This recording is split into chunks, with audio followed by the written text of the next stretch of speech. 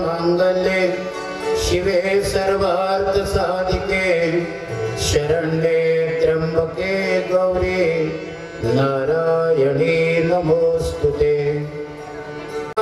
बिंदुआगे कृपादास तुकडो जिंची जयाला कसा विस्मरू मी गुरु अच्युताला कसा विस्मरू मी गुरु अच्युताला। अमरावती जिल्ह्यात वरुड ग्रामी अमरावती जिल्ह्यात वरुड ग्रामी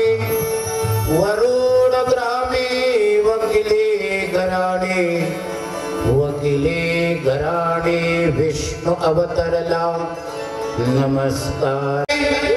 केदारेश्वर भगवान की जनता जनार्दन की राधा दामोदर भगवान की बोलिए भारत माता की।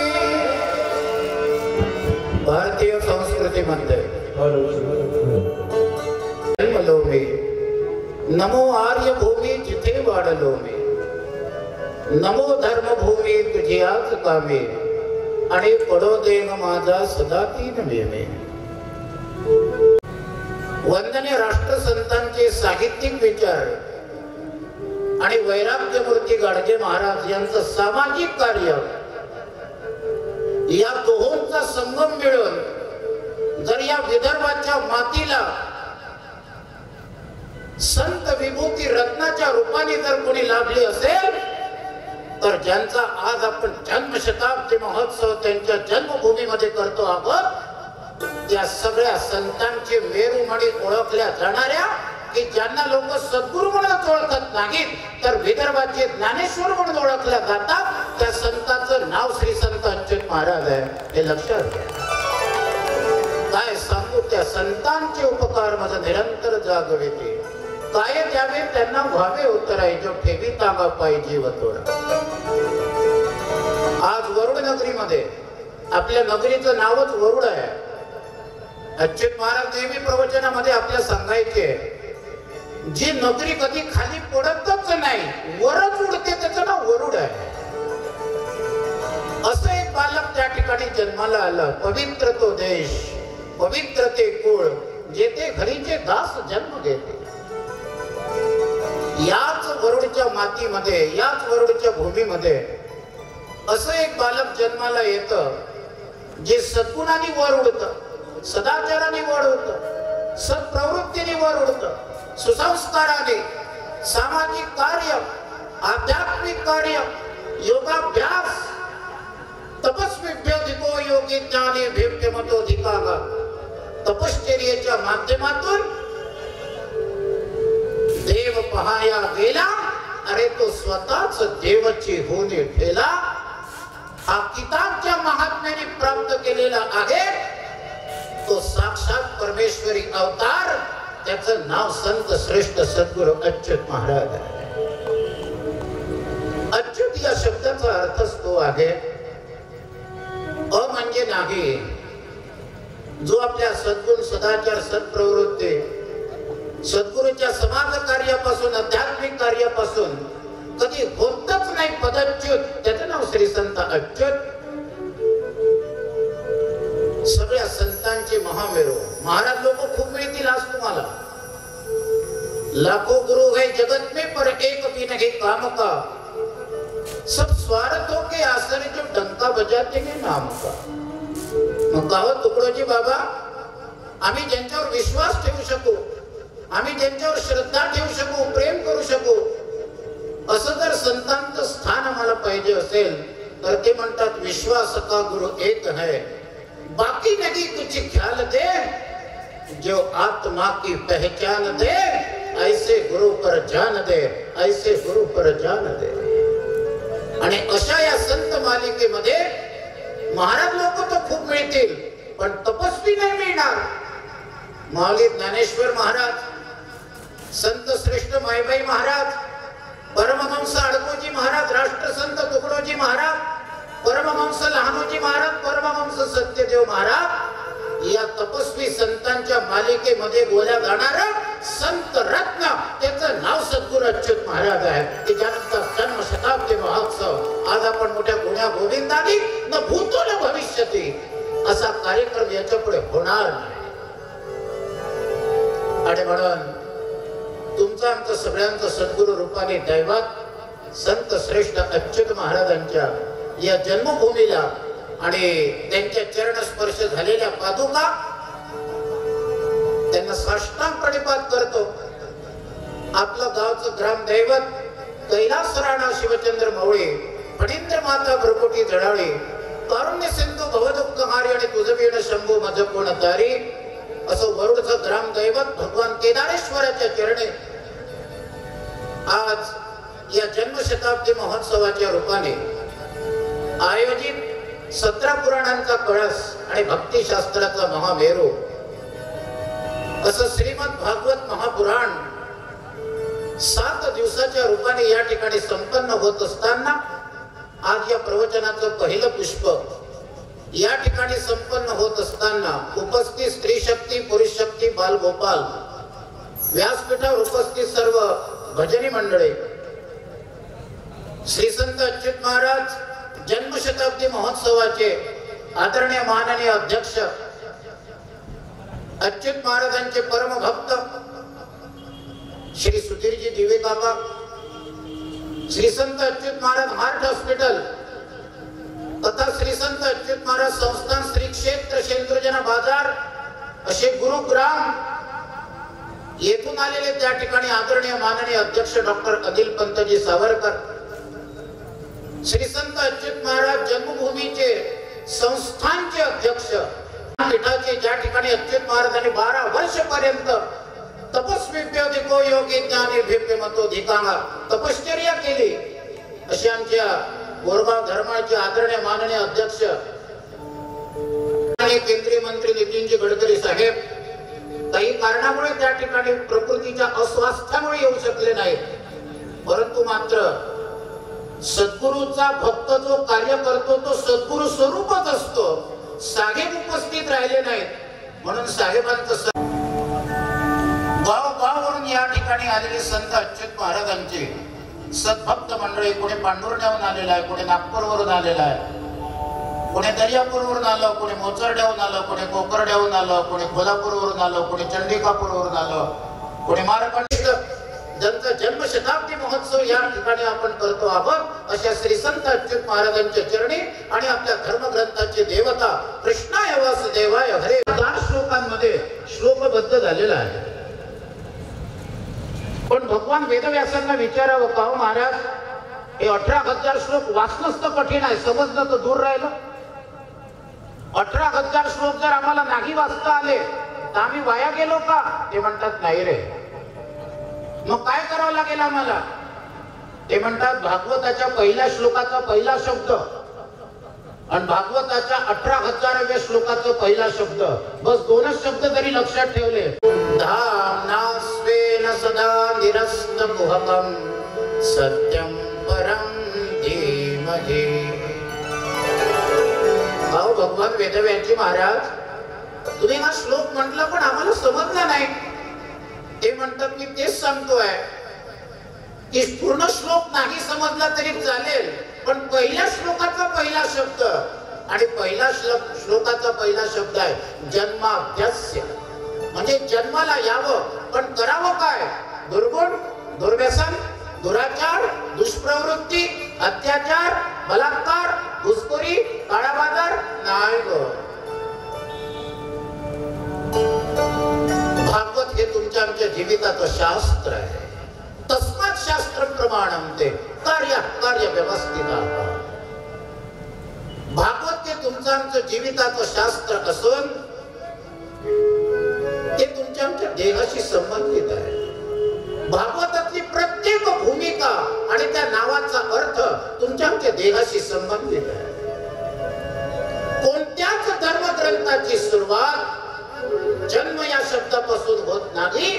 केवळ एकमेव 17 पुराणांचा कळस असणारा महापुराण आहे, त्याचं नाव श्रीमद भागवत महापुराण, की ज्या पुराणाची सुरुवात जन्मापासून होते आणि माणसाच्या जीविताची सुरुवात सुद्धा जन्मापासून होते. आणि म्हणून जन्माद्यस्य पहिल्या श्लोकाचा पहिला शब्द जन्माला यावं, पण करावं काय? तर भागवताचा 18,000वा श्लोक सांगतो, नाम संकीर्तनमयस्य सर्व पाप प्रणाशनम प्रणवो दुःख शमनं तं नमामि हरि परम। तुम्हाला या जगतामध्ये जर परम गती प्राप्त करायची आहे तर नाम संकीर्तनमयस्य सर्व पाप प्रणाशनम प्रणवो दुःख शमनं तं नमामि हरि परम।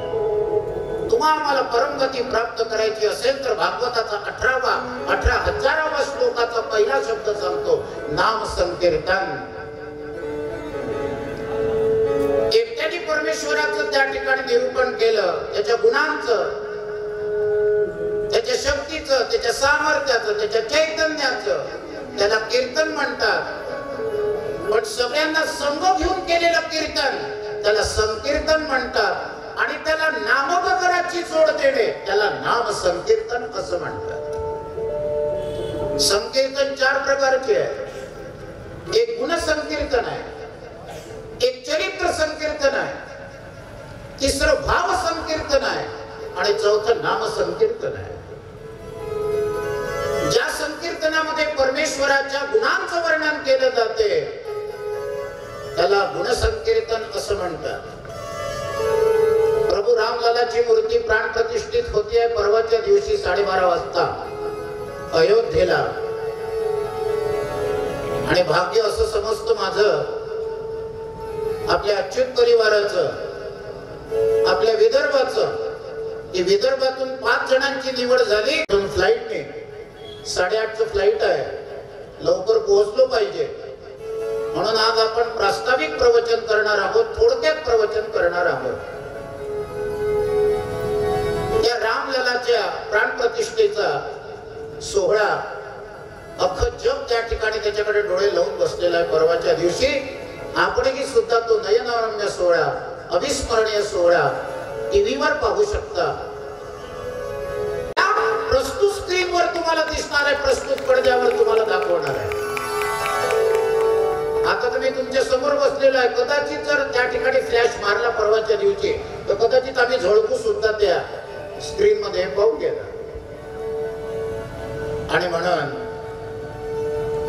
भगवंताच्या गुणांचं वर्णन ज्या संकीर्तनामध्ये केलं जाते त्याला गुण संकीर्तन म्हणतात। घनश्याम हा राम लावण्य रूपी, रामाच्या बाबतीत बोलायचं झालं तर घनश्याम हा राम लावण्य रूपी हे त्याच्या सद्गुणांचं वर्णनच आहे।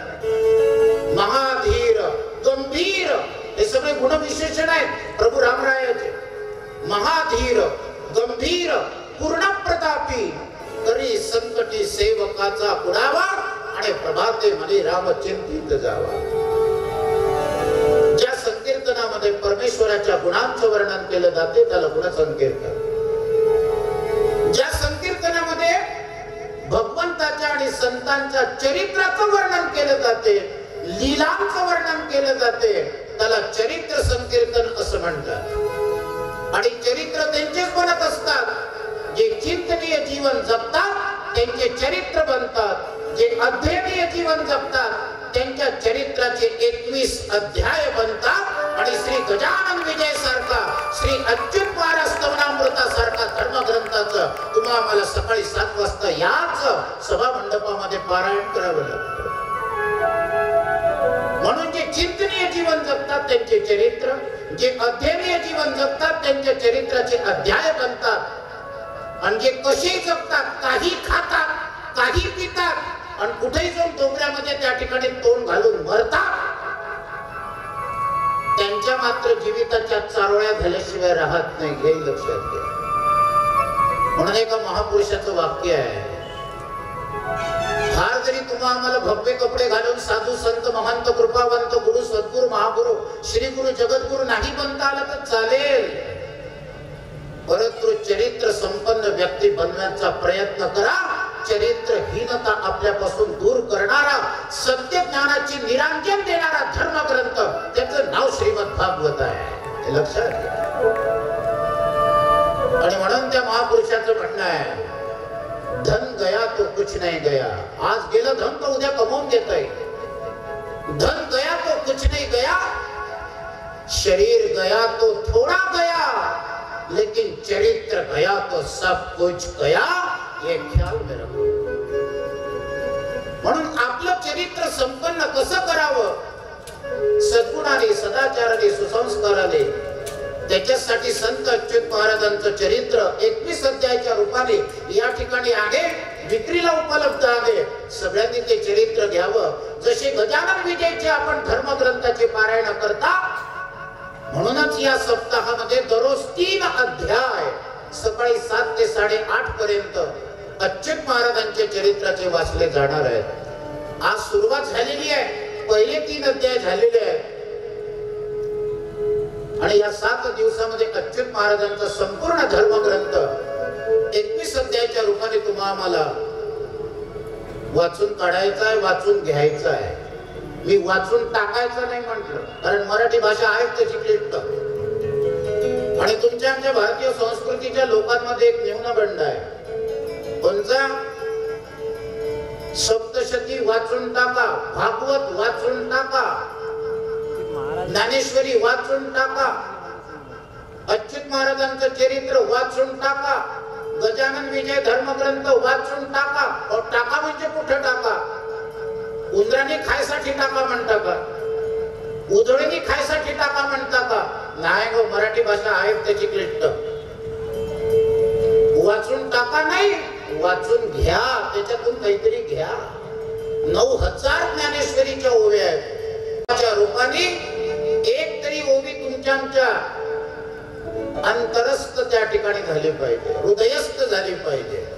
कोणी म्हणते ज्ञानेश्वरीच्या 9000 ओव्या कंठस्थ करून टाका, मग पडत असली तू मिठ्ठू, त्याला मिठ्ठूची उपमा द्यावं लागेल। भराभर एकामागून एक ओव्या प्रवचन कीर्तनाच्या माध्यमातून जनतेसमोर ठेवणे, त्याला मिठ्ठू म्हणतात। जसं मिठ्ठूला म्हटलं म्हण लाटपाट, तो म्हणते लाटपाट, म्हण झटपट, तो म्हणते झटपट। कुठपर्यंत? जोपर्यंत आपण त्याच्या तोंडात पेरूची फोड, टोमॅटोची फोड देत नाही तोपर्यंत। एकदा का त्याच्या तोंडात टोमॅटोची फोड दिली, मग त्याला म्हणा म्हण लटपट, तो म्हणते तूच निघून आता सटपट। अशी परिस्थिती तुम्हा लोकांची या जगात निर्माण होत असते। म्हणून धर्मग्रंथ वाचून टाका नाही, धर्मग्रंथ वाचून घ्या आणि त्याच्या सद्गुण सदाचाराने आपलं चरित्र हे संपन्न बनवा। म्हणून चरित्र संकीर्तन। तिसरं आहे भाव संकीर्तन। संतांच्या आणि भगवंताच्या संकीर्तनामध्ये सद्भाव, निस्पृह भाव, निस्वार्थ भाव, निरपेक्ष भाव, निष्ठावंत भाव, निष्काम भाव हा ज्या वेळेला येईल त्यावेळेला तुमचं आमचं भक्तीचं शास्त्र भागवताच्या रूपाने पूर्णत्वाला गेल्या वाचून राहणार नाही, हे लक्षात घ्या। पण जर का त्या भावामध्ये मतलबी भाव, लोभी भाव, अपपर भाव असा जर भाव त्या ठिकाणी निर्माण केला तर तुमच्या आमच्या जीविताचा टिनपट सुद्धा वाजल्या वाचून राहणार नाही। मतलब के सब साथियार, जो बेमतलब का कोई नहीं। आणि म्हणून भाव संकीर्तनामध्ये निस्पृह सर्व कामे प्रयुक्त इत्युच्यते तदा निस्पृह, निरपेक्ष, निष्ठावंत, निष्काम असे जर त्या ठिकाणी भाव असले तर आपलं भक्तीचं शास्त्र भागवताच्या रूपाने पूर्णत्वाला गेल्या वाचून राहणार नाही, त्याला मागे पलटून पाहण्याची गरज पडणार नाही। भाव भक्ती हरीसी द्या, माझा हरी विगतची तुम्ही घ्या। ज्ञानेविना भक्ती नाही म्हटलेलं आहे, हे लक्षात घ्या। कोणी म्हणते भक्तीला ज्ञानाची आवश्यकता आहे, ती मर्यादित आहे।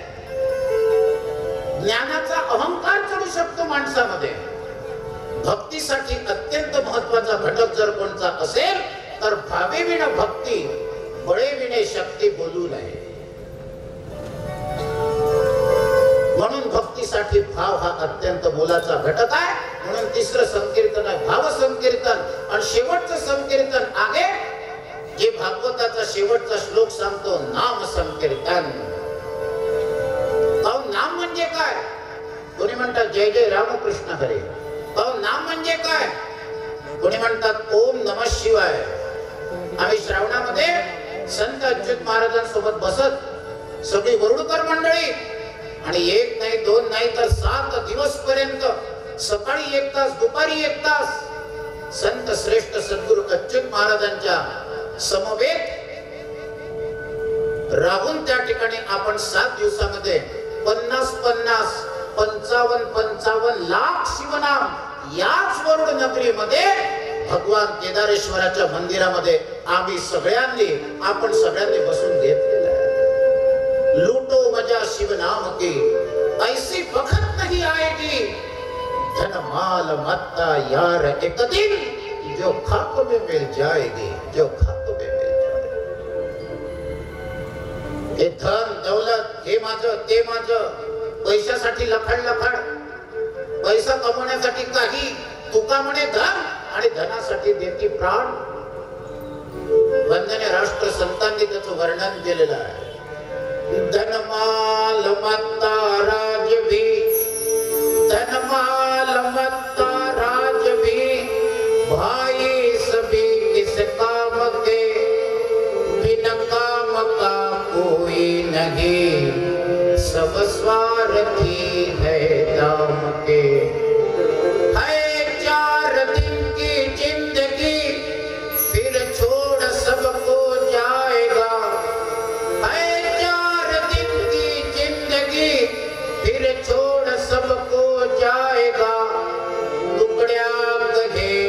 भूलना भज राम पार लगाएगा, टुकड़िया कहे मत भूलना भज राम पार लगाएगा। राम बैठा झरोखा में सबका मुजरा ले, जैसी जाकी चाकरी वो वैसा वापर दे। कोणी म्हणते हे घर मी बांधलं, अरे तुला तुझ्या घरातून बांधून काढतील शेवटी, लक्षात ठेव। ही वगैरे मोठी माडी आणि घरात जरीची साडी, हातात रुपेरी काठी, सेवेला नौकर पाठी, हे जागीच पडले बघना, मज गुरु भक्ती करू देना, हा वऱ्या मना ऐकेना, मज गुरु भक्ती करू देना।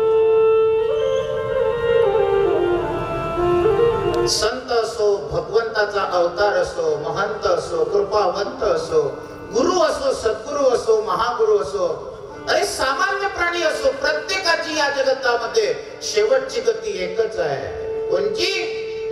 बांबूची चौकट करूनी निज विले त्या सत्या वरुनी। काय शब्द आहेत पाहून घ्या।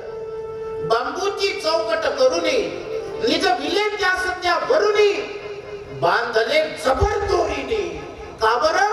तो पुन्हा न येवो म्हणून। बांधले जबर दोरीने, तो पुन्हा न येवो म्हणून, कोणास दया येईना, मज गुरु भक्ती करू देना, हा बऱ्या मना ऐकेना, मज गुरु भक्ती। मानवी जीविताचं ऐश्वर्य जर या जगतामध्ये काही असेल तर 8 दिवसापूर्वी आपण काय जेवलो हे विसरलं तरी चालेल, पण मानवी जीविताचं खरं ऐश्वर्य आपल्या सद्गुरूचं नाम, अच्युत महाराजांचं नाम, हे तुमच्या आमच्या मानवी जीविताचं ऐश्वर्य आहे। ओम अच्युताय नमः, श्री अच्युताय नमः, जय जय अच्युताय नमः, सद्गुरु अच्युताय नमः। भगवान देता तो छप्पर फाड़ के देता, नाही पाहिला मी रामाला, नाही पाहिला मी कृष्णाला, नाही पाहिला मी दत्ताला, नाही पाहिला मी देवी देवतांना, पण आम्हाला एक गोष्ट मात्र जरूर माहिती आहे, त्या राम कृष्ण दत्त दिगंबर देवी देवतांची शक्ती, सामर्थ्य, चैतन्य एकवटून जर कोणी महात्मा आम्हाला सद्गुरु रूपाने भेटला असेल तर त्या महात्म्याचं नाव महान तपस्वी योगपरायण संत अच्युत महाराज आहे, लक्षात घ्या। राम कृष्ण दत्त दिगंबर देवी देवता यांची शक्ती, सामर्थ्य, चैतन्य एकवटलेला महात्मा। देवते संत निमित्त त्या प्रतिमा। आणि म्हणून भागवताचा पहिला श्लोकाचा पहिला शब्द जन्माला यावं, जन्माद्यस्य, आणि भागवताचा 18,000व्या श्लोकाचा पहिला शब्द सांगतो नाम संकीर्तनम। आपलं जीवित जर सुसंस्कार संस्काराने, सद्गुणाने, सदाचाराने एक माणूस म्हणून जगायचा आहे. संत सत्पुरुष सद्गुरू नाही बनलो तरी चालेल, पण माणूस म्हणून असं संत अच्युत महाराजांचं सांगणं होतं. आपल्या नावाला डाग लागू देऊ नये, असं स्वच्छ गंगेच्या पाण्यापेक्षा की निर्मळ जीवन जो जगतो त्यांनी खरं आयुष्यामध्ये नाम घेतलं. आणि म्हणून वंदनीय राष्ट्रसंतांसारख्या श्रेष्ठ महापुरुषांना विचारलं की गाव महाराज या जगात खरं नाम घेणं काय आहे.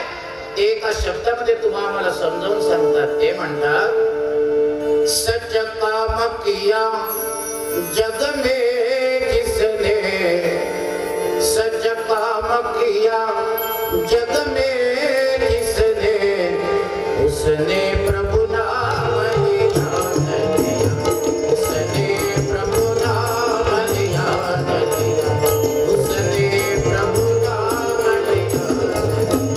सच काम किया जग में जिसने, सच काम किया जग में जिसने, उसने प्रभु नाम लिया, उसने प्रभु नाम लिया.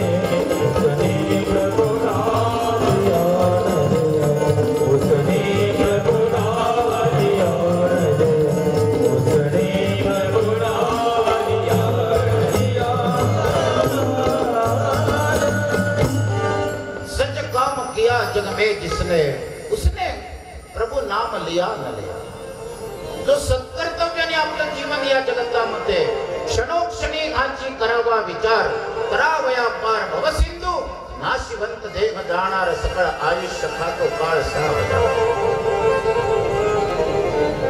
असं नामाचं महत्त्व भागवताने सुद्धा सांगितलेलं आहे. आणि म्हणून पूर्ण भागवत नाही समजलं तरी चालेल, म्हणून तेव्हा मी तेच सांगतोय. भागवताच्या पहिल्या श्लोकाचा पहिला शब्द आणि शेवटच्या श्लोकाचा 18,000व्या श्लोकाचा पहिला शब्द. जन्माला यावं पण जीवन त्या ठिकाणी नाम संकीर्तनम यस्य सर्व पाप प्रणाशनम. मला एक जण त्या ठिकाणी jeans pant T shirt goggle मध्ये आला आणि विचारायला लागला, म्हणे महाराज ते काय म्हणे सारखं सारखं जय जय राम कृष्ण हरी ओम नमः शिवाय ओम अच्युताय नमः. म्हणलं तुला काय बेमारी आहे बा? म्हणलं मुख आमचं आहे, शरीर आमचं आहे, अवयव आमचे आहे. म्हणलं आम्ही त्या ठिकाणी नामस्मरण करतो, तुला त्याची बिमारी होत नसेल तर कानामध्ये त्या ठिकाणी म्हणलं कापसाचे बोळे घालून बस. नाही म्हणे महाराज ते सारखं सारखं जय जय विठ्ठल जय हरी विठ्ठल. म्हणलं हो तुला बिमारी काय आहे? म्हणे नामाचं महात्म्य काय. म्हणलं तुझं लग्न झालेलं आहे का? तू म्हणे हो. म्हणलं आज तुझ्या घरी येऊन तुझ्या बायकोला सांगतो आजपासून याचं नाव नको लावत जाऊ, शेजारच्या माणसाचं नाव लावत जा. तू म्हणे नाही हो महाराज असं भलतच काही करू नका म्हणे. म्हणलं कळलं ना आता नामाचं महात्म्य काय. तुझ्या बायकोला सांगतो म्हटलं आजपासून याचं नाव नको लावत जाऊ, शेजारच्या माणसाचं नाव लावत जा. बरोबर लाईनीवर आला. करणं धरणं काहीच नाही आणि फुकटचेच त्या ठिकाणी पंचायती करणं. म्हणून फुकट पंचायत्या करू नका आणि श्रीरामाला विसरू नका, अच्युताला विसरू नका.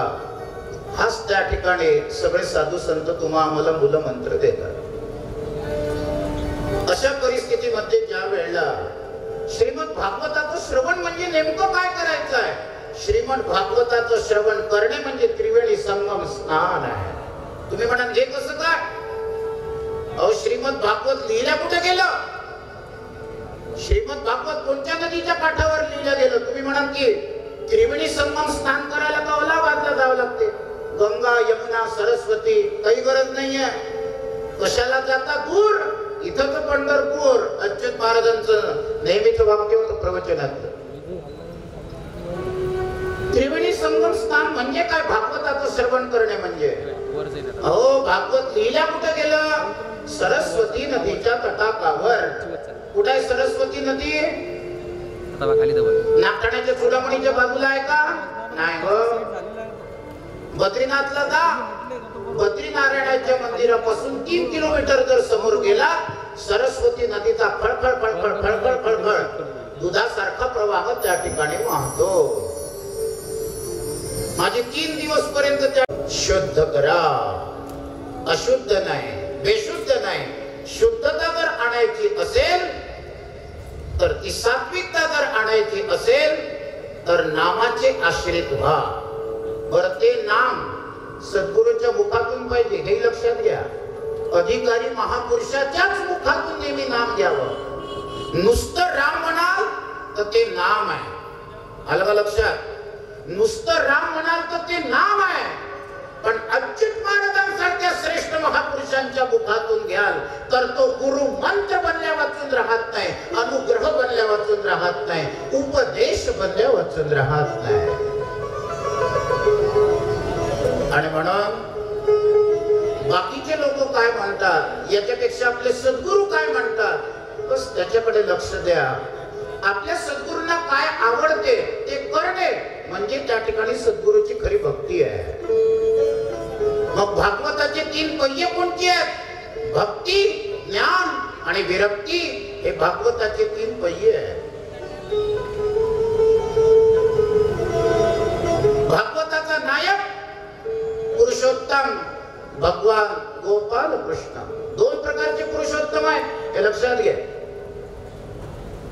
एक आहे मर्यादा पुरुषोत्तम जो परवा रामललाच्या रूपाने प्राण प्रतिष्ठेच्या रूपाने त्या ठिकाणी आपल्याला बघायला मिळणार.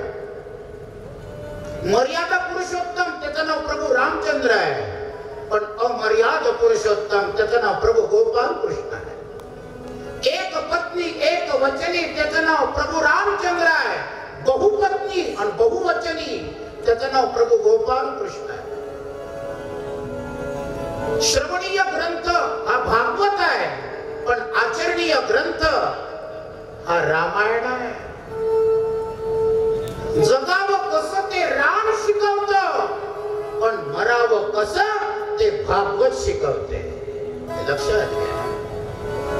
जगावं कसं ते रामायण शिकवते, पण मरावं कसं ते भागवत शिकवते.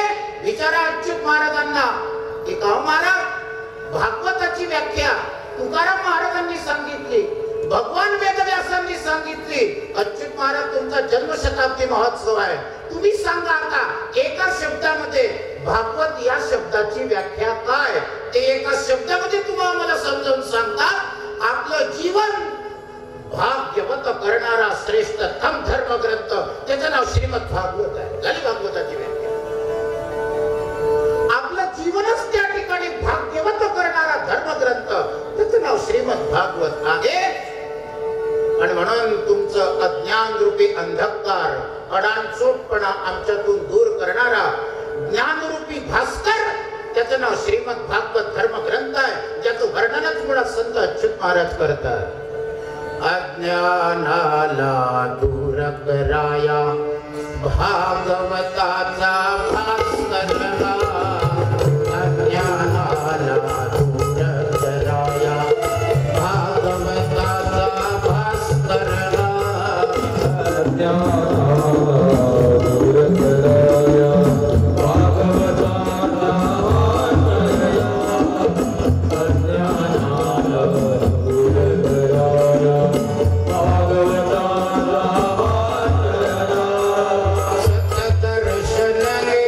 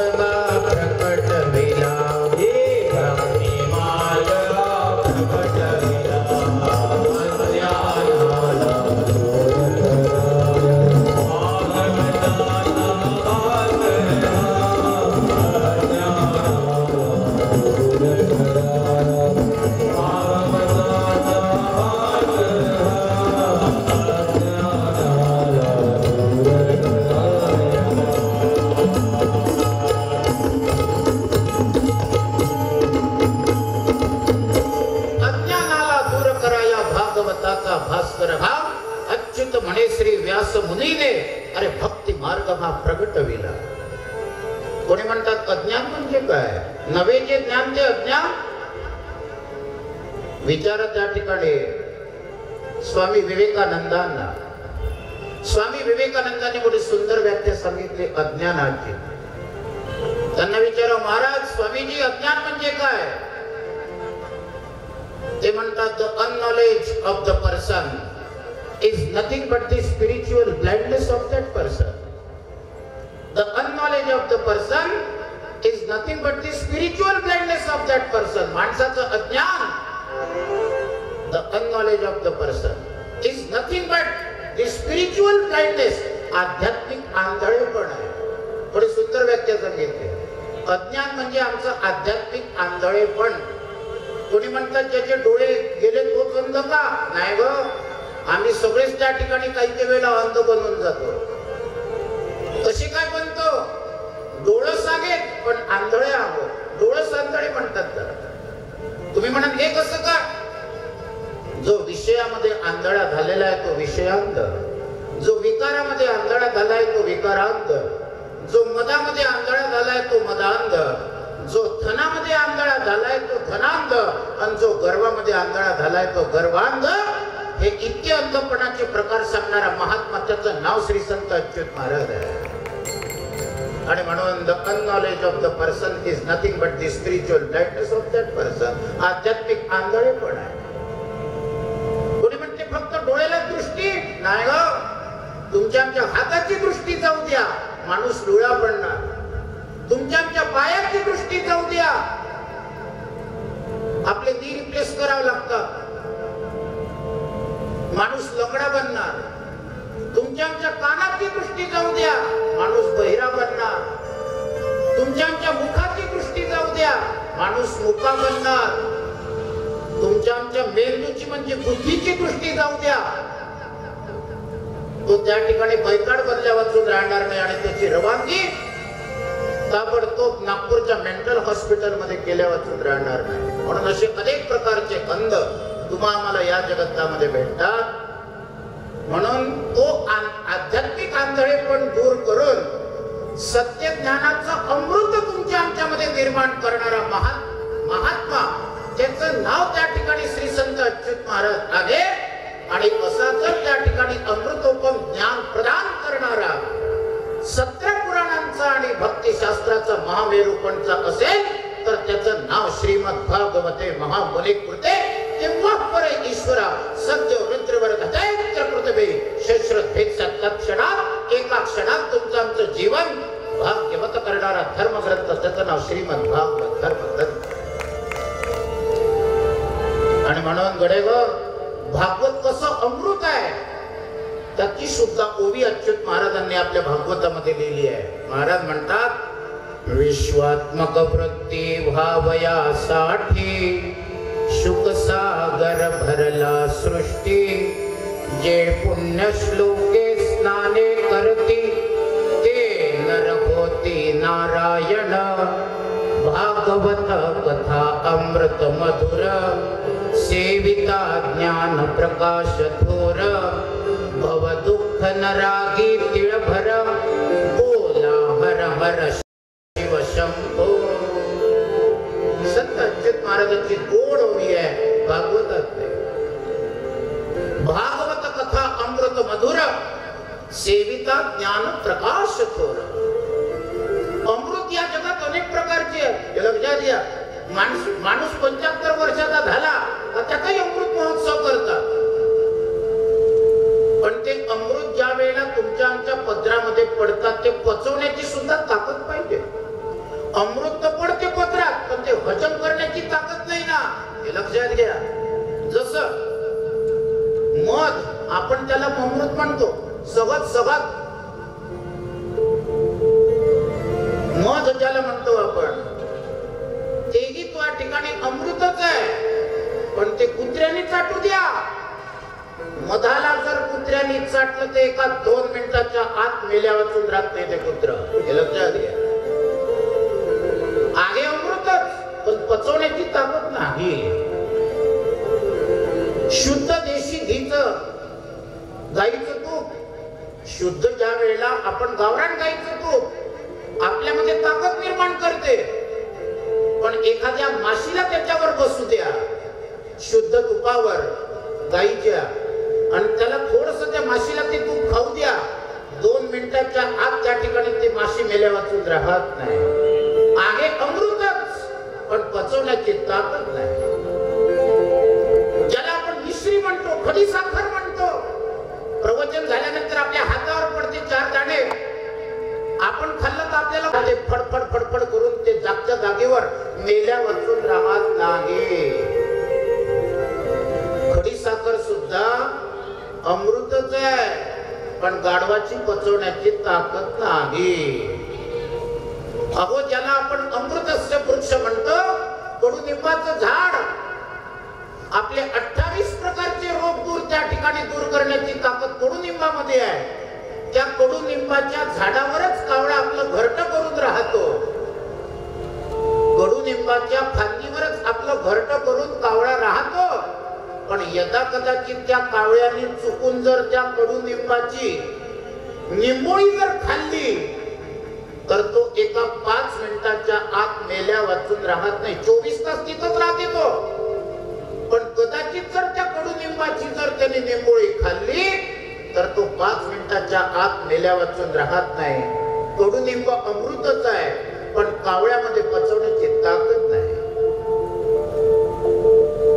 म्हणून मध आहे, पण कुत्र्याला ते पचनी पडत नाही. तूप आहे, पण ते माशीला पचनी पडत नाही.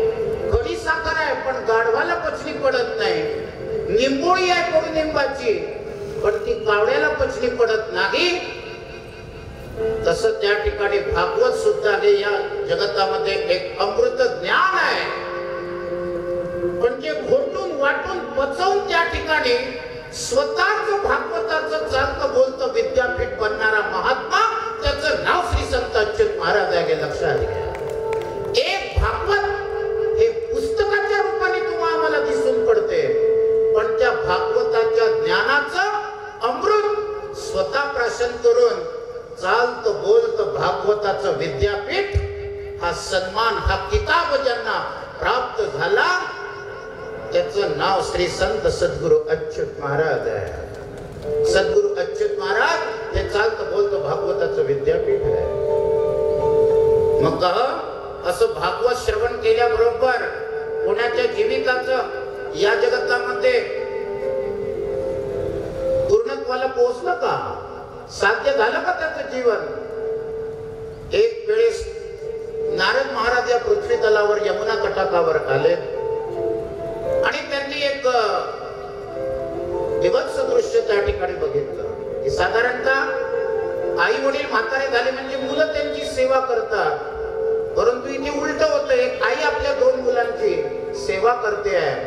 नारद महाराज सहज गेले यमुना तटाकावर, त्या मातेला विचारतात, अगं माते, म्हणे काय? अगं म्हातारपणामध्ये मुलांनी आईची सेवा करायची असते, इथे तर तू म्हातारी आहे ना आपल्या 2 मुलांची सेवा करते आहे. ती म्हणे परिस्थितीच तशी आहे, हा कलिकाल आहे, इथे उलटी गंगा वाहते म्हणे, सरकी गंगा नाही वाहत. म्हणे का बरं? कारण स्वामीजीचं वाक्य आहे म्हणे, to have a children is not the mere certificate to be a mother or father. की नुसतं बाल बच्चे पैदा करणे म्हणजे काही आई वडील होण्याचं सर्टिफिकेट नाही आहे. टू हॅव अ चिल्ड्रन, बाल बच्चे पैदा करणे is not the mere certificate to be a mother or father. आई वडील होण्याचं सर्टिफिकेट नाही. ते तर रस्त्यावरचे त्या ठिकाणी कोल्हे कुत्रे पण जन्माला घालतात, मांजरी पण घालतात. एका वेळेला त्या ठिकाणी कुत्रीला 7-7, 8-8 पिल्लं होत.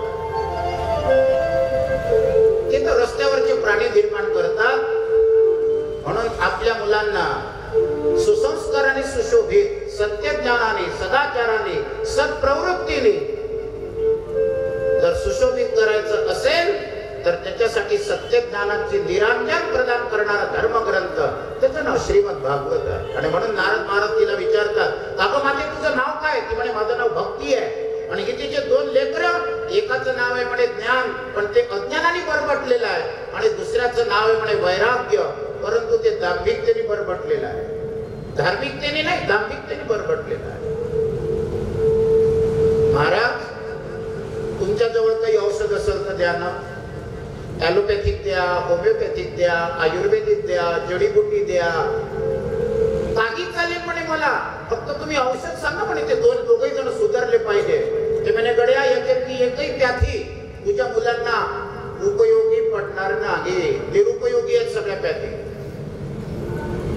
हे ज्ञान हे अज्ञानाने बरबडलेला एक पोरग, आणि दुसरं पोरग वैराग्य आहे, ते दांभिकतेने बरबडलेला आहे.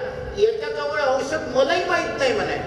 नारद महाराज तर सद्गुरू होते, पण ते म्हणतात मलाही माहित नाही, मी माझ्या सद्गुरूंना विचारून येतो. नारद महाराजांचे सद्गुरू कोण?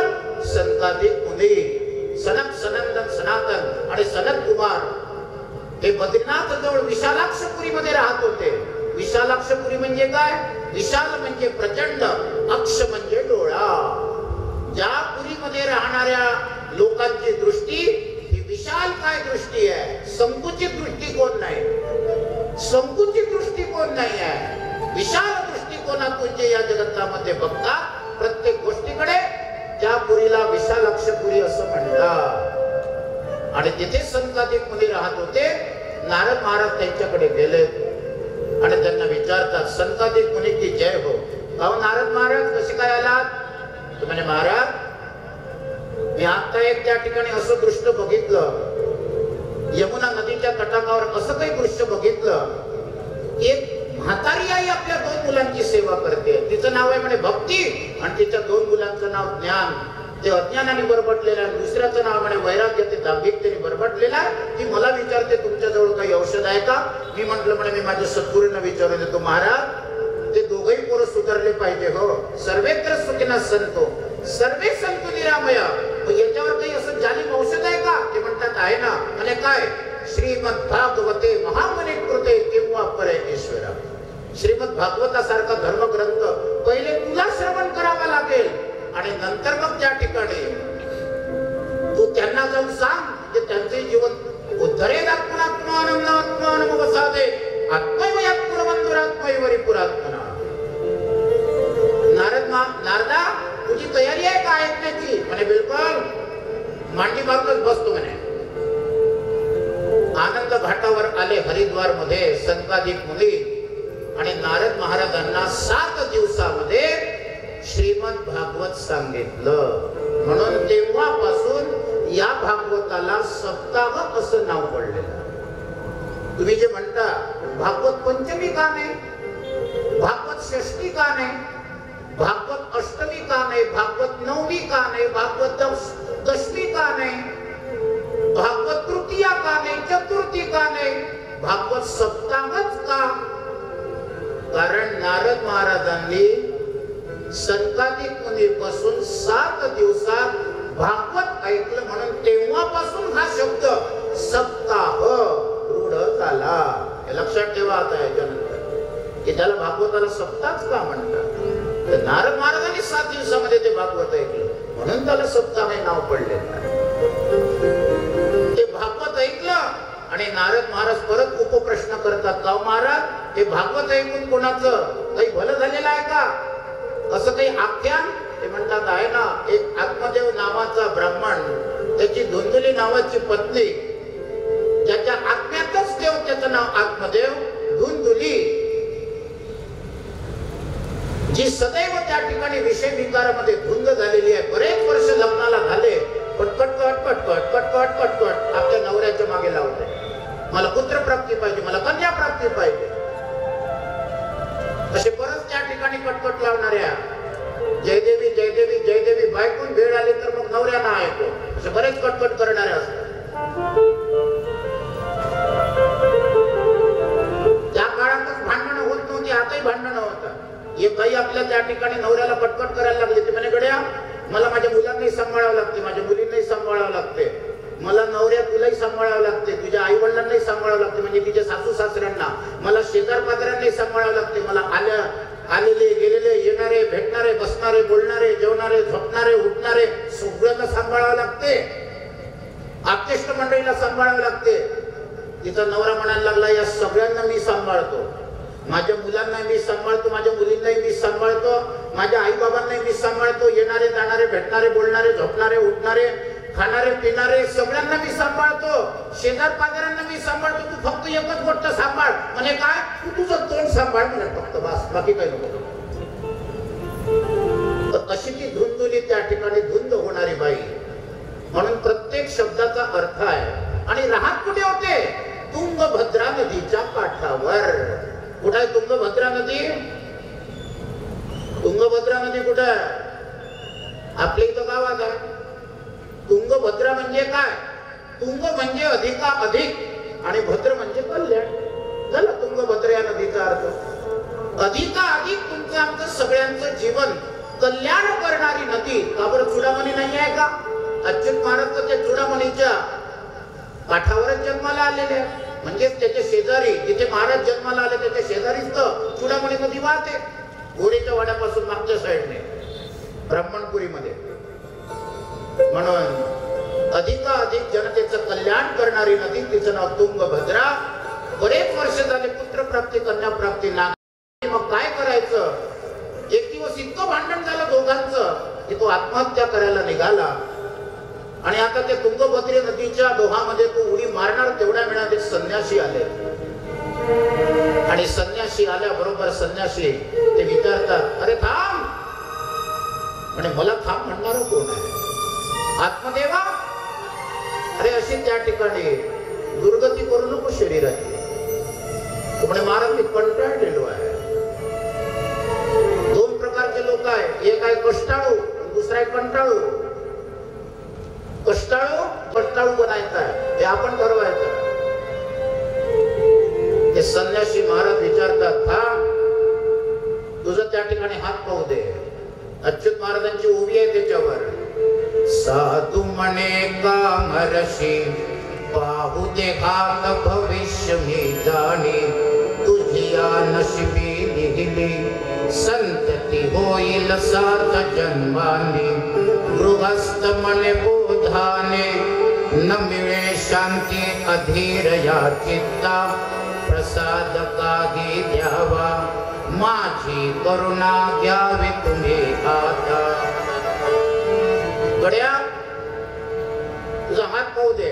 त्याचं भविष्य पाहिलं. आता ते सिद्ध महात्मा होते अच्युत महाराजांसारखे. त्यांनी हात पाहिला बरोबर सांगितलं, म्हणे गड्या अजून या जन्मात तर बरं, अजून 7 जन्म तुला पुत्र प्राप्ती कन्या प्राप्ती होत नाही. तर म्हणे महाराज आता मी तेवढी मारतोच म्हणे. म्हणे महाराज आता कशाला मला अडवत राहिले? तुम्हीच तर सांगितलं 7 जन्म पर्यंत तुझ्या पत्रात पुत्र प्राप्ती कन्या प्राप्ती पडू शकत नाही. जाऊ द्या म्हणे, मला मरू द्या. आणि नाही रे, महाराज तुमच्या जवळ काही तपश्चर्येतून फळ निर्माण करून मला जर देता येत असेल तर द्या, पण माझ्या बायकोची कटकट पहिले बंद करा म्हणे. तुम्ही काही करा. महाराजांनी तपश्चर्येतून एक फळ निर्माण केलं आणि ते त्याला दिलं. जा तुझ्या बायकोला त्या ठिकाणी खायला दे. धुंदुलीला सहजच त्या ठिकाणी आत्मदेव निघाले. ते फळ घेऊन आनंदाच्या भारामध्ये त्या ठिकाणी महाराज आले घरी आणि आनंदी दिसतात आहेत. कारण हिला त्या ठिकाणी भांडण्याचा चान्सच नव्हता. आणि प्रत्येक वेळेला भांडण्याचा त्या ठिकाणी चान्स पाहत जाय की आपल्या नवऱ्याशी कधी भांडता येतील, किती शिव्या देता येतात. ज्या वेळेला त्याने म्हटलं, अय धुंदुली इकडे ये. म्हणे काय? आजपासून तुझी कटकट बंद. म्हणे म्हणजे काय? हे घे म्हणे फळ. म्हणे कोणी दिलं? म्हणे साधूने दिलं, सिद्ध महात्म्याने दिलं, संन्यासाने दिलं. हे फळ खा म्हणजे तुझी कटकटच बंद होऊन जाईल. तुला पुत्र प्राप्ती कन्या प्राप्ती काय पाहिजे असेल तर झाल्याशिवाय राहणार नाही. आता ते फळ तर तिने घेतलं, आत्मदेव चालले गेले. पण शंका कुशंका त्रिशंका तिच्या मनात निर्माण झाल्या. आणि आता तो अर्धवय माझा निघून गेलेला आहे. आणि अर्ध्या वयामध्ये मी त्या ठिकाणी गर्भ कसा धारण करू असा प्रश्न तिला पडला. आणि हे फळ खाल्लं तर मी मरून तर नाही जाणार, अशा शंका कुशंका त्रिशंका तिच्या मनामध्ये निर्माण झाल्या. आणि मग अच्युत महाराजांनी लेखणी हातात घेतली आणि लगेच तुम्हा आम्हाला भजन त्या ठिकाणी गाऊन दाखवता. धुंदुली शंका घे हृदयासी, धुंदुली शंका घे हृदयासी.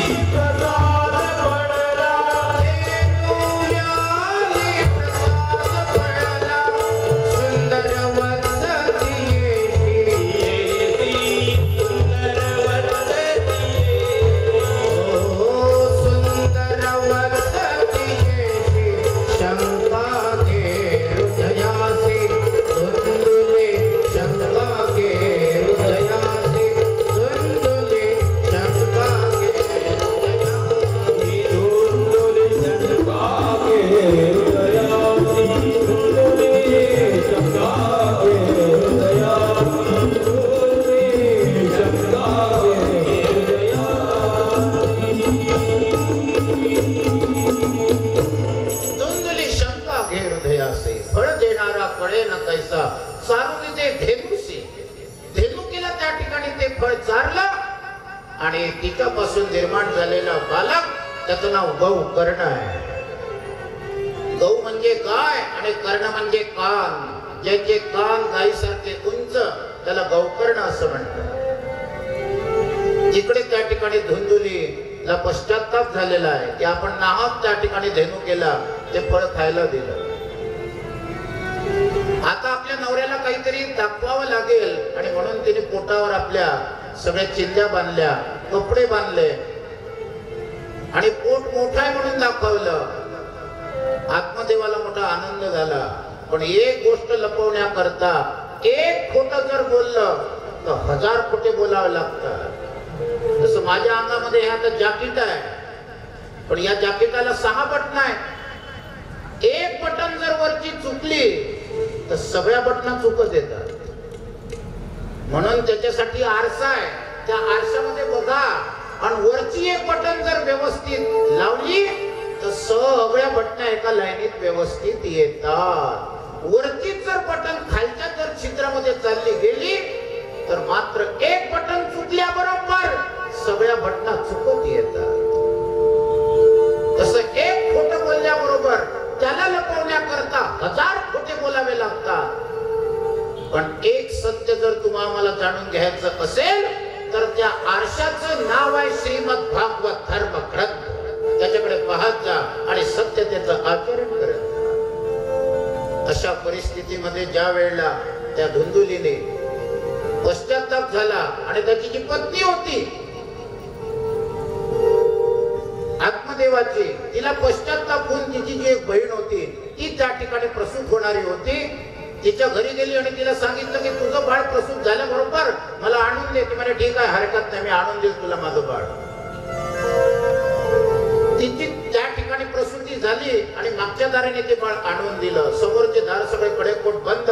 आत्मदेव इकडे त्या ठिकाणी चिंतन करतोय की प्रसूती व्यवस्थित झाली पाहिजे, पण इथे सगळा खोटारडेपणा होता. तिच्या बहिणीने मागून त्या ठिकाणी बाळ आणून दिलं. ते बाळ रडायला लागलं. बाळ जन्माला आल्याबरोबर त्याला आईचं दूध म्हणजे खुराक पाहिजे असते, ती काही त्याला मिळाली नाही. झाल्या बरोबर जसं कृष्णाला देवकीकडून यशोदेच्या पारड्यात टाकण्यात आलं, तसं त्या ठिकाणी या बालकाचं सुद्धा धुंदुलीला आणून दिला गेला. आपल्या आईपासून विछळलं, दूर झालं, परावृत्त झालं, रडायला लागलं. आणि मग आणखी एक खोटं म्हणे, अगो पोरग तर पैदा झाला आत्मदेव महाराज, पण त्याच्या आईला दूधच नाही आहे. मग आता त्याच्यासाठी म्हणे हिची जी बहीण आहे तिला बाळ झालं, पण ते बाळ मरून गेलं आणि त्या ठिकाणी तिचं दूध वाया चाललेलं आहे. तिला बोलवायला पाजण्याकरता आत्मदेव महाराज गेले. आपल्या साडीला त्या ठिकाणी घेऊन आले. त्या पोराला लहानाचं मोठं केलं. लाड लाड खाते हाड विनाकारणचे लाड त्याचे पुरवले. म्हणून अच्युत महाराज सांगत असत की लाड करा परंतु मर्यादित करा.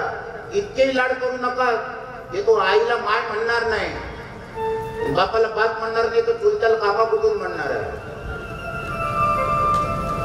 त्याने जर म्हटलं की मला कॅडबरी पाहिजे, पटकन त्याला कॅडबरी आणून द्या. तसं त्याने जर म्हटलं मला ते रस्त्यावरचे लांब लांब शिदोड पाहिजे, नूडल्स नूडल्स, आमच्या इकडे त्याला शिदोडच म्हणतात. ते रस्त्यावरचे कसे काय बरे वाटतात मला समजत नाही. आणि ते काट्याच्या चमच्याने खातात. माझ्यासारखा जर धोत्र्या असला तर अर्धवट त्या धोत्रावरच सांडते, कोणताच इजात नाही धड. त्याच्यापेक्षा चला खेडेगावामध्ये धनुडीच्या त्या ठिकाणी सुरळी गुरळीच्या आणि ज्या आमच्या 70, 75, 80 वर्षाच्या आजी आहेत त्यांना चुलीवरची भाकर, मिरचीचा ठेचा आणि त्या ठिकाणी बेसन करायला लावा. त्या ठिकाणी तुमच्या त्या शिदोडापेक्षा जास्तच जेवत येतो. एक भाकर जास्त खाईल तो. कसंच काय बरं वाटते मला समजत नाही. आता ज्याची खोड त्याला गोड म्हणा, पण 2 प्रकारची शिदोड आहे. लांब लांब शिदोड त्याला नूडल्स म्हणतात आणि लहान लहान शिदोड त्याला मॅगी म्हणतात. लाड लाड खाते हाड. त्याचे लाड केले ते धुंदुकारी त्याचं नाव ठेवण्यात आलं. धुंदुलीचा मुलगा धुंदुकारी. धुंद म्हणजे विषयामध्ये धुंद झाला, कारी म्हणजे कार्य करणारा. विषयामध्ये धुंद झाला म्हणून तो म्हणे एका लग्नाने जमत नाही म्हणे बाबा, माझं दुसरं लग्न करून द्या, माझं तिसरं लग्न करून द्या, माझं चौथं पाचवं, 5 लग्न झाले धुंदुकारीचे. 5ही बायकांनी त्याच्या कंबळल्यात मारली लाथ. आणि त्याच्याजवळ जेवढं काही सोनं नाणं जड जवागीर वामनघरी पेठे ज्वेलर्सचे चंदू काका सराफचे जेवढे काही त्या ठिकाणी दाखले होते सगळे चोरून त्या ठिकाणी निघून चालले गेले. तेल गेलं, तूप गेलं, हाती आलं तूप वाटलं.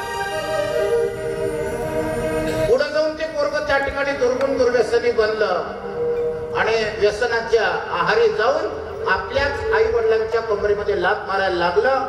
आईने का आत्महत्या करून टाकली त्याच्या धुंदुलीने. आणि आत्मदेव सुद्धा जंगलामध्ये निघाले. जाता जाता त्याला गोकर्ण भेटतो.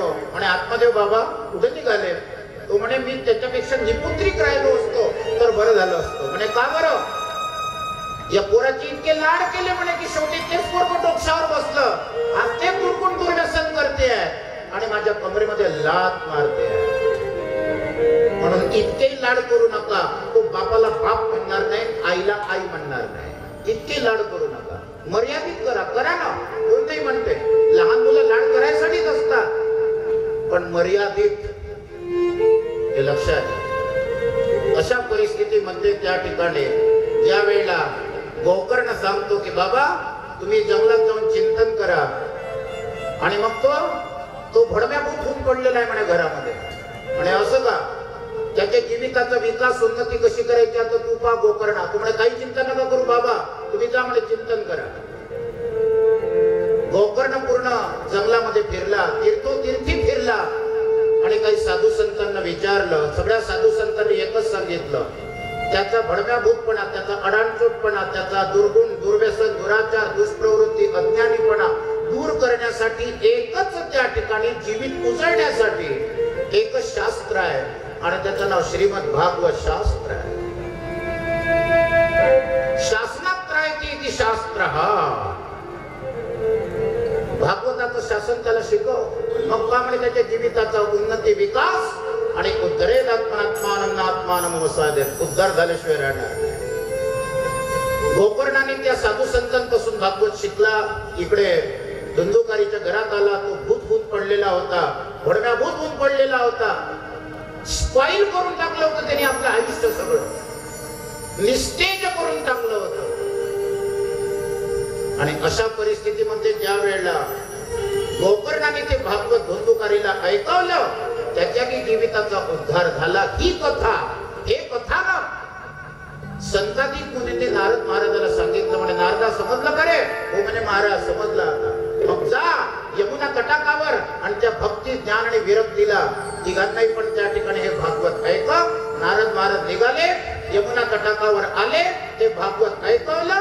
भक्ती ज्ञान वैराग्य जे ज्ञानाने अज्ञानाने बरबटलेलं होतं आणि जे वैराग्य नावाचं पोरग दांभिकतेने बरबटलेलं होतं, परत त्या ठिकाणी त्यांचं ऐश्वर्य त्यांना प्राप्त झालं. याचं कारण एकच जे अच्युत महाराजांनी सांगितलेलं आहे. मोक्षास देईल अशी चिरमुक्तिकाय, साधू जना विनमुने पुसतो उपाय. साधू तया वदति जास विमुक्त भावे, माता पिता गुरुजना सुख देत जावे. हे ऐकतात चुकले अपुले म्हणोनी, गोकर्ण स्वगृही वळलात परेनी. खंडार पागी पडले घर नागी तेथे, बंधूची दुर्गती दिसे भूत जावले ते. अशी ही भागवताची पूर्व महिमा. मुळामध्ये भागवत हे तुमचं आमच्या जीविताचं शास्त्र. भागवताच्या व्याख्या, भगवान वेदव्यासांचं काय म्हणणं आहे, अच्युत महाराजांचं काय म्हणणं आहे, जगद्गुरु तुकाराम महाराजांचं काय म्हणणं आहे, असं हे विस्तृत वर्णन धावत्या प्रवचनामध्ये मी आपल्याला त्या ठिकाणी श्रवण करून दिलेलं आहे. वेळ झालेली आहे प्रवचनाची. मलाही आता 15-20 मिनिटांमध्ये त्या ठिकाणी नागपूरला निघायला पाहिजे आणि म्हणून संपूर्ण आजच्या प्रवचनाचा सारांश एका भैरवीमध्ये संत अच्युत महाराज तुम्हाला मला सांगतात. आपल्या सगळ्यांचे आशीर्वाद घेऊन एका 20 मिनिटांमध्ये मी इथून निघतो आहे. आणि रामललाच्या प्राणप्रतिष्ठेसाठी सगळ्यांचे आशीर्वाद, सगळ्यांचे प्रणाम. अच्युत परिवाराचा, आपल्या वरुडवासियांचा, जेवढी काही भक्त मंडळी या सभ्यतेच्या सभा मंडपामध्ये, ठेवतो मिनिट, या सभ्यतेच्या सभा मंडपामध्ये जेवढी काही भक्त मंडळी उपस्थित आहेत, सगळ्यांचे प्रणाम, सगळ्यांचे आशीर्वाद त्या ठिकाणी तिथपर्यंत पोहोचवतो. आणि एक सौभाग्य आहे आपल्या अच्युत परिवाराचं की एवढे मोठे त्या ठिकाणी लाखो साधू संत आहेत या भारतामध्ये, पण लाखो साधू संतांमध्ये फक्त 2,500 संत परवाच्या दिवशी त्या ठिकाणी उपस्थित राहणार आहे. त्यातले विदर्भात 5 जणांचं जे निवड झाली त्याच्यामध्ये त्या ठिकाणी पहिला नंबर लागतो. हे दुसरं तिसरं काही नसून संत श्रेष्ठ अच्युत महाराजांच्या कृपेचा वरदहस्त आहे, याच्यापेक्षा काही सांगू शकत.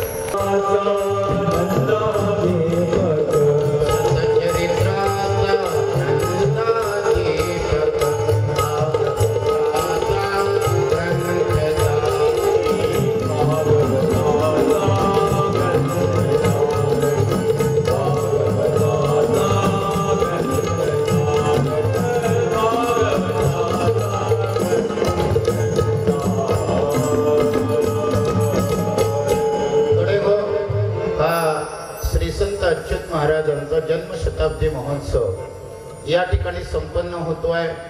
न भूतो न भविष्यती असा कार्यक्रम परत होणार नाही, परंतु मात्र हा कार्यक्रम जो होतो आहे आपल्या सगळ्यांच्या सहकार्यानेच होतो आहे. सुरुवातीला आमच्या गिरधरजी देशमुख दादांनी आपल्याला सांगितलेलं आहे, रात्रंदिवस त्या ठिकाणी भिंगरी जशी पायाला लागलेली आहे तसा मी फिरतो आहे. आणि या प्रवचनांच्या माध्यमातून आज सांगताना आनंद होतो. 21 लाख रुपयाचा निधी आपण या जन्मशताब्दी महोत्सवाला प्रदान केलेला आहे. त्यामध्ये काही त्या ठिकाणी मोठेपणा आहे असं काही नाही. जी शक्ती आहे ते सगळे महाराज पुरवतातच आहेत, जी बुद्धी आहे ते महाराज त्या ठिकाणी देतात आणि आपल्याकडून काम करून घेतात. आपण महाराज नाही, आपण महाराजांचे मजूर आहोत, आपण महाराजांचे सेवक आहोत, आपण महाराजांचे शिष्य आहोत. सद्गुरू सद्गुरूच्या जागेवर असतात, सेवकांनी सेवकाच्या जागेवर राहावं आणि आपली सेवा करत राहावी. आणि ती सेवा केली की कृपेचा मेवा प्राप्त झाल्यावर राहत नाही.